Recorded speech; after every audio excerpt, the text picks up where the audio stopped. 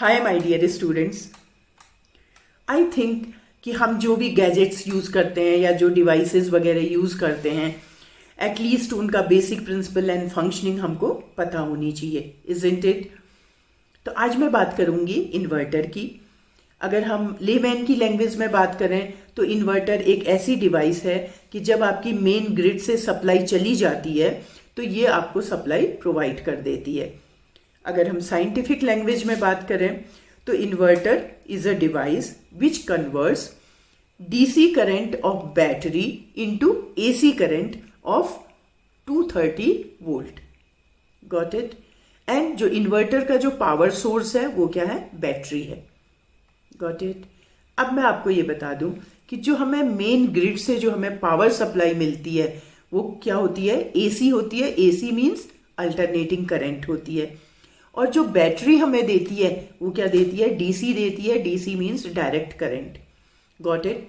जब आपकी main supply से मेन ग्रिड से सप्लाई नहीं है उस केस में इन्वर्टर क्या करता है? बैटरी की डीसी करंट को किसमें? एसी करंट में कन्वर्ट कर देता है और उसको सप्लाई कर देता है और आपके अप्लायंसेज या जो भी चीजें हैं आपकी वो रन करने लगती हैं। Got it. एंड जब आपकी मेन से करंट आ जाती है तो इन्वर्टर क्या करता है कि जो उसका आउटपुट है उसको वो बाईपास कर देता है। कहने का मतलब ये है कि घर का जितना भी लोड है वो मेन सप्लाई में डाल देता है।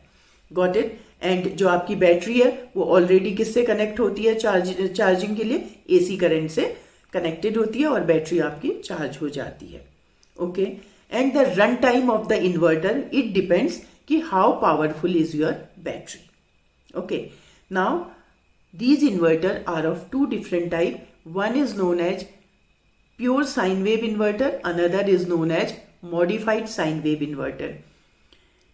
आपने अपनी जूनियर क्लासेस में पढ़ा होगा कि वेव की फॉर्मेशन कैसे होती है। वेव में क्या होता है? हमने बेल शेप के क्रस्ट एंड ट्रफ फॉर्मेशन होती है। तो वेव कैसे मूव करती है? Crust trough this way wave move करती है। Okay.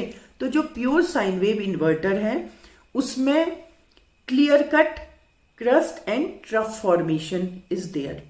In case of modified sine wave inverter जो आपके क्रस्ट एंड ट्रफ हैं ये डिस्टॉर्टेड हो जाते हैं। इनका शेप बेल शेप का नहीं रहता है बल्कि स्क्वायर शेप हो जाता है। ओके। एंड जो आपके इक्विपमेंट्स हैं, जितने भी आपके मार्केट में इक्विपमेंट्स मिलते हैं वो अपना फुल इनपुट देते हैं किस पे? प्योर साइन वेव पे देते हैं। जबकि मॉडिफाइड साइन वेव पे वो इक्विपमेंट्स रन तो करते हैं, most of the equipment they run on modified sine wave inverter but their efficiency is reduced. Got it. And another difference is कि जो प्योर साइन वेव इन्वर्टर हैं these are expensive as compared to the modified sine wave inverter. अब हम एक बात और करेंगे वो ये है कि how to calculate the backup time of the inverter. एक इन्वर्टर आपका कितनी देर रन करेगा that we have to calculate. Very simple formula is there. Okay. आपकी बैटरी से आपको दो इंफॉर्मेशन मिल जाएंगी। बैटरी में लिखा होगा आपको कि बैटरी की कैपेसिटी कितनी है। ओके। और बैटरी का इनपुट वोल्टेज कितना है। ये दो वैल्यू आपको बैटरी से मिल जाएंगी। एंड तीसरी क्या है आपकी कि आपका कितना लोड है, कितना आप जब आपकी लाइट चली जाएगी तो आप कितने अप्लायंसेज रन करेंगे। ठीक है। तो टोटल कितना लोड होगा उसको आपको वॉट में कैलकुलेट करना है। फॉर एग्जाम्पल आपको 3 ट्यूबलाइट रन करनी है। 3 ट्यूबलाइट का मतलब एक 40 वॉट की होती है तो 3 कितने की हो गई? 120 की। 2 फैन रन करने हैं आपको। एक फैन 75 वॉट का हो गया तो 2 150 के हो गए। एक आपका वाईफाई रन करेगा जो कि 20 वॉट का होगा। तो टोटल कितना वॉट हो गया आपका? 120 ट्यूबलाइट का, 150 आपका फैन का एंड 20 इसका, तो 290 वॉट आपका लोड है। ओके। एंड आपकी इसकी कैपेसिटी कितनी है? बैटरी की कैपेसिटी 150 सपोज AH है और उसकी वोल्टेज कितनी है? इनपुट वोल्टेज 12 है। फॉर्मूला क्या है? Capacity, battery capacity multiplied by input voltage divided by total load in what.